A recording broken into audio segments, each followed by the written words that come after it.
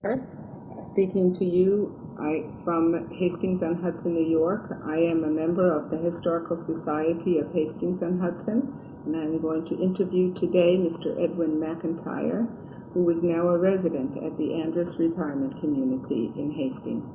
His previous address was 36 Ashley Road, Hastings-on-Hudson, New York, a section of the town known as the Ravensdale section. I will introduce to you now Mr. Edwin McIntyre.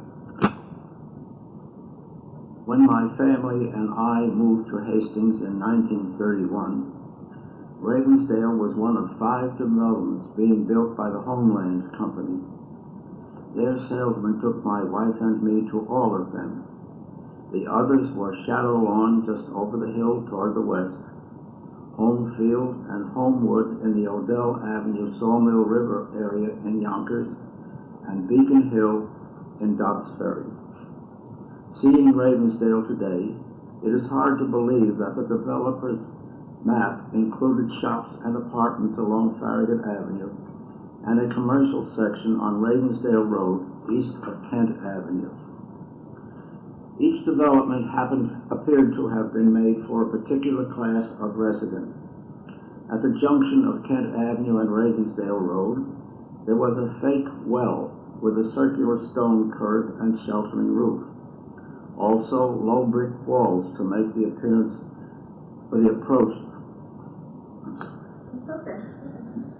approach more inviting.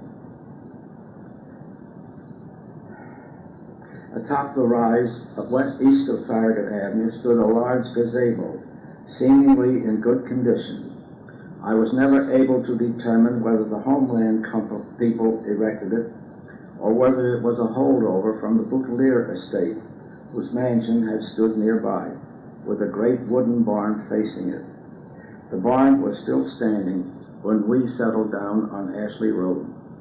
For decades thereafter, the impression of the circular driveway in front of the mansion remained on what is now the localio's front lawn.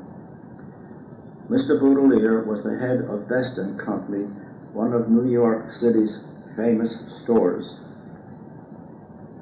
For several years, a realtor's tiny office stood on Farragut Avenue, just south of the Fenway. I recall that little Martha White had designed on it as a playhouse for herself. A large signboard opposite the present-day Hastings Tire Garage advertised Ravensdale as the place in which to live. When taken down, it was stored behind the old barn along with a great stack of lumber. As a new homeowner, I scrounged both wood and metal for my own use. Next to my home was a row of apple trees. Behind it was a lovely cherry tree. On my way to the Mount Hope station of the Putnam Division, I could shortcut across the furrows of an old cornfield.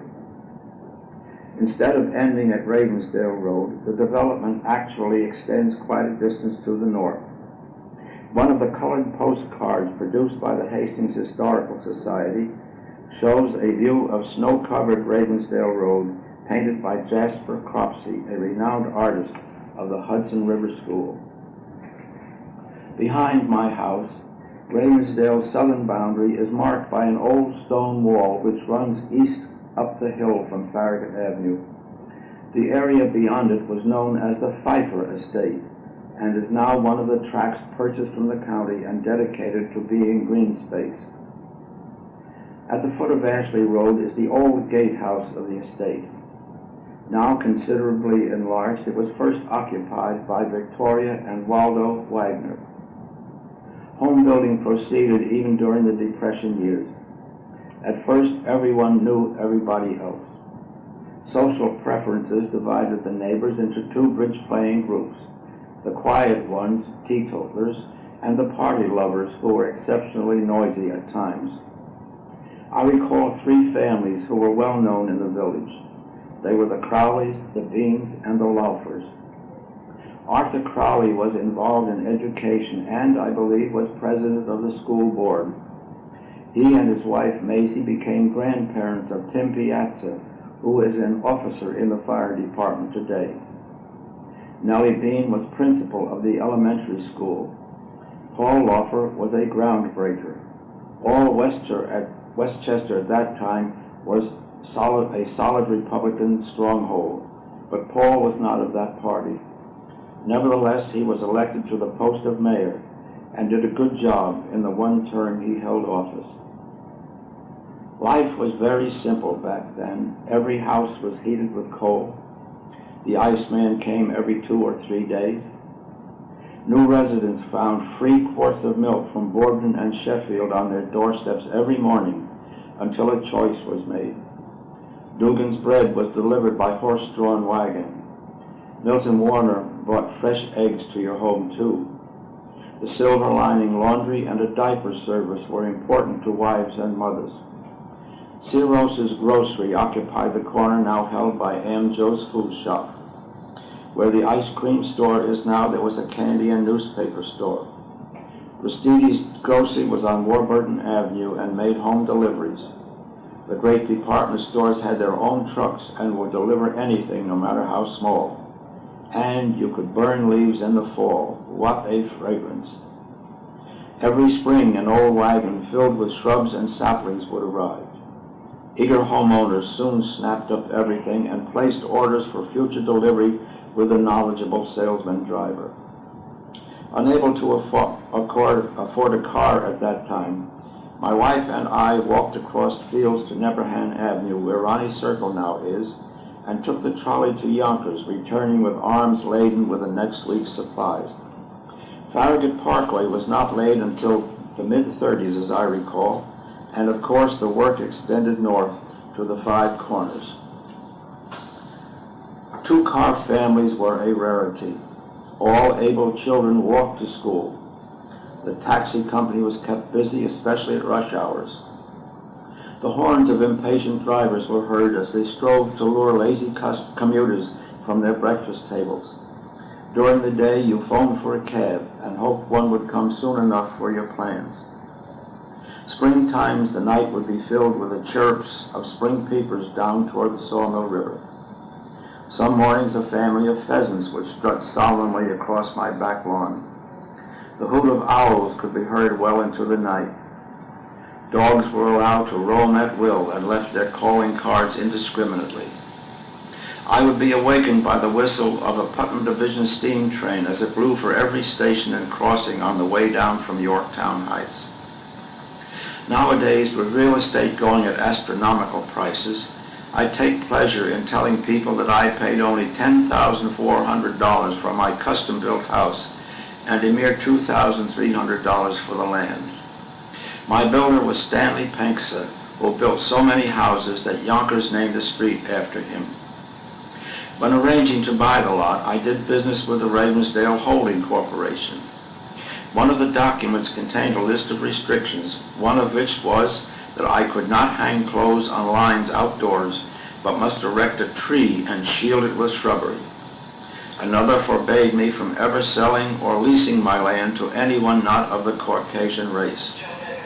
I was also to be assessed $15 per year for upkeep of unimproved lots. That was not widely obeyed, I am sure. For some years, there was a Ravensdale Civic Association. The first action it took was to complain to the water company about the size of the bills. Tactfully, an executive of the company came and advised the men how to save water by placing bricks in their toilet tanks. Though well over 60 years old, Ravensdale is still young when compared with Locust Hill, Villard, and Uniontown, for example, all of which contributed to the growth of the village in the earliest days. Today there are few buildable lots available, most having been annexed by neighbors. Before I moved out, I took many walks through Ravensdale, pausing now and then to recall the faces and voices of those who, like me, were among the early settlers of this lovely neighborhood. Finally, I bequeathed to Jean and George Patterson and Myrna and Albert D. Rossett the honorary title of oldest living residents. The date of this recording is September 14th, 1990. Thank you for listening. This is Caroline Batter. And it's from way back, look, 1980. Look, Look. See, from way back 1980. See? It almost forms a good history of the village in itself. Yeah, there's a lot of old things in here, too. You want to borrow this? That might be fun to look through. Don't move the pages because they're loose, all right? No. Maybe that's got the address. Yeah, especially looking at the various It's from ordinances. 1880, from the ordinances. And I said to myself, well, passed he won't give me a by book. the I'm gonna keep a copy of every one that came out, you know. I kept a copy and I made a whole book here for myself.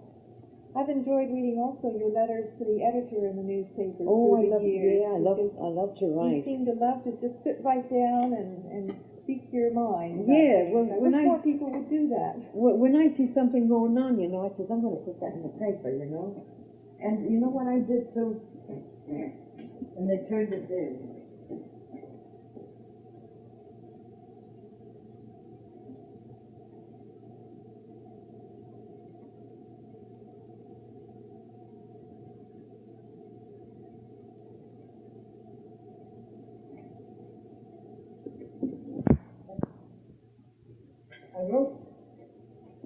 I always keep a copy, you know.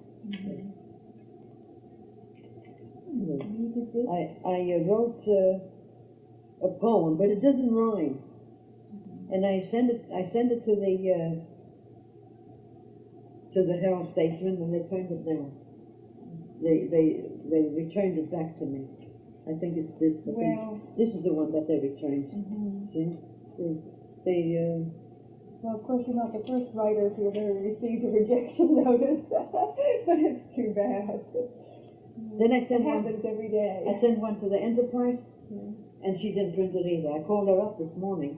She says, "Well, I send you a letter." Let me see what time it is. No, I always get my mail after 2 o'clock. She says, "I send you a letter," and I explained it in the letter why I didn't print it. She said she had no room. I said, "But you found room for others."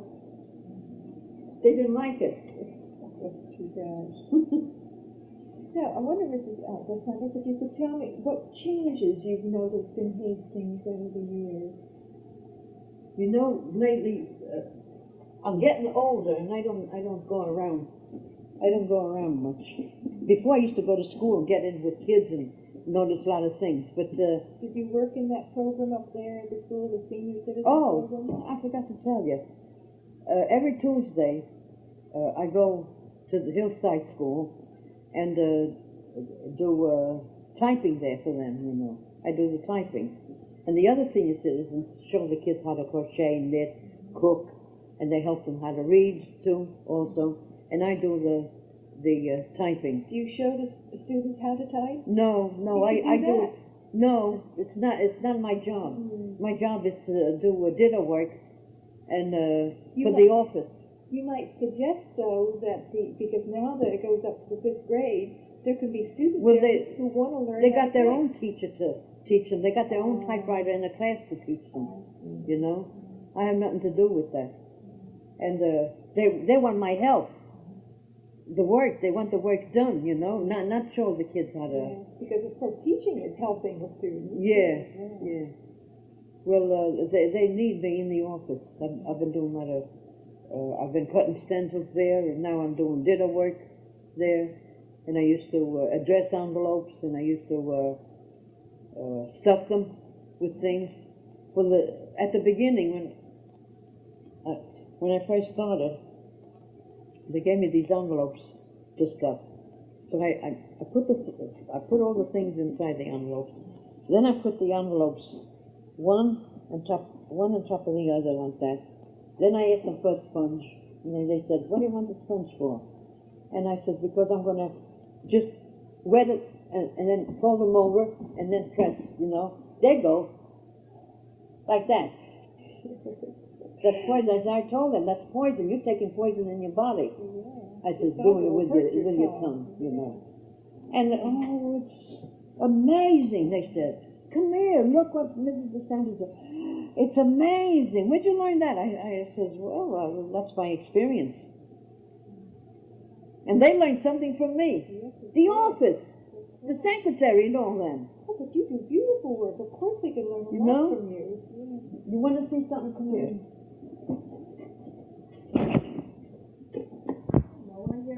sudden I got interested in writing, and I like to write all the time, and then I made up that poem there, and they turned it down. They don't like it because it doesn't rhyme. It doesn't rhyme. Rhyme. Yeah, that just shows their sad state of affairs. That's too bad. What do you think is going to happen to Hastings if, with our reduced taxes available from say, Anaconda, which is asking for a reassessment, which will cut their taxes and, of course, increase all of our taxes? This is going to happen. I wouldn't know. I don't know what would happen. It seems that the private individual is being asked to pay for more and more taxes to run the schools. And Oh, they increased the school taxes, yeah. and they're giving an exemption, 50% exemption to senior citizens. I don't get it because my grandchildren live upstairs and they go to school. Don't you think that's unfair? That's unfair. And I've been complaining. I've been telling everybody, and they said they can't do nothing about it because those kids are going to school. I have to suffer for it because the kids, my grandchildren, I'm not going to chase them out just to cut the taxes down. So I have to pay full taxes because they go to school. I don't think it's fair. And I think they're going to be increasing every year now. Oh, I don't know. Hey, each time they're always talking about increasing taxes all the time. No. Well, there must be a number of differences in the village character. That is, along Main Street and Warburton Avenue. We have a little bit of time. Perhaps you could talk to me about that. What? All the different shops which have come and gone on Main and Warburton.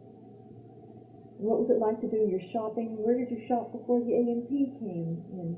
We always, I remember we always had an A&P in Hastings. The A&P was next door to my father's shoemaker, right next door, way back years ago. Then it moved to Duff's Ferry. Then from Duff's Ferry, no, wait a minute. It was over there. Oh, then it went to on Warburton Avenue. It went. I forgot what store they had in Warburton Avenue. From Warburton Avenue, then it moved over here. But we always had it. I've been shopping A&P from way back years ago. And then there was always the movie theater? Oh, I wrote about the movie theater in the thing there. That's I forgot what I said there about the movie theater when they opened. But you enjoyed going there? Did you go once a week to the theater? Yeah, it was only 10 cents to go in, or a quarter. I forgot how much it was. And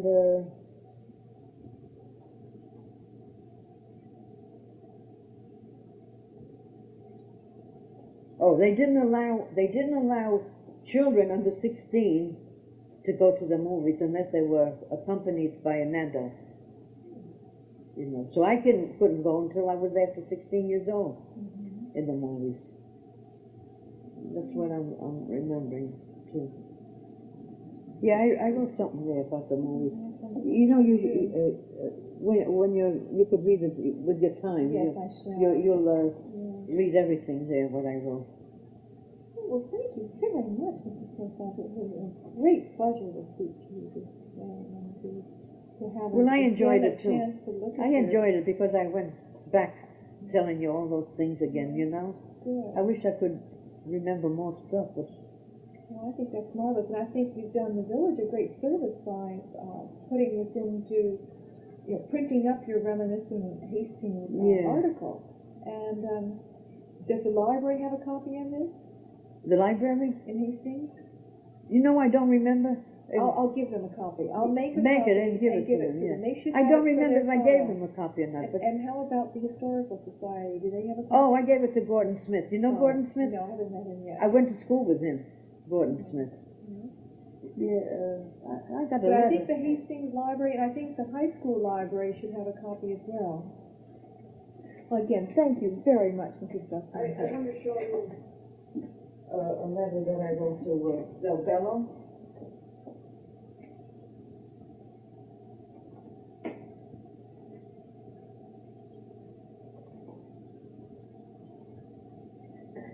I wrote to Del Bello. Show you the letter. Different things, different ideas I was giving him, you know.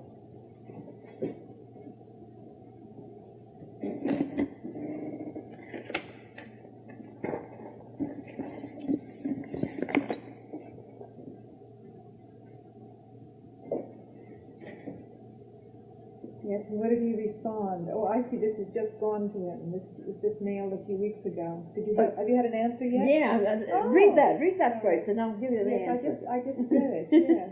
Did you read the whole Yes, thing? Yes, you're saying that a few days ago, a copy of the Westchester... Oh, it's this thing, it's this paper here. Not this, was another one. I It's see. this paper. Yeah. He sent me this. Senior citizens, and you're asking why they can't have Why they left out Hastings. why they left out Hastings. They had other villages, but they left out Hastings. Informing various canteens, for the canteens. Oh, Oh, I see, to give senior citizens discounts, and they left out Hastings. Hastings, I see. yeah. What did he respond? so here's the response. He sent me another paper, you know, Yeah. and it has all the villages, and they left out Hastings. No, they left out to the health food store down Spring Street. You know that Yes, I do. store? They left out Blanche, Mm. the health food store.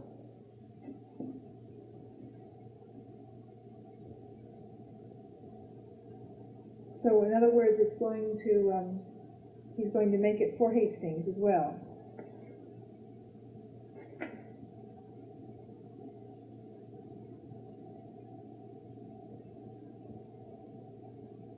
All right, every Hastings store except the food for thought store is included then. Yeah, That's I'll have to. I'm going to write back to him. I'm going to write him and tell him that I looked in this paper that he sent me. This paper here. Mm-hmm. He sends it to me in this big envelope. Yes. Very official looking. Yeah. All right, well, thank you very much, Mrs. So, Bolzano. you see, It's been quite a pleasure. I'm going to show you where the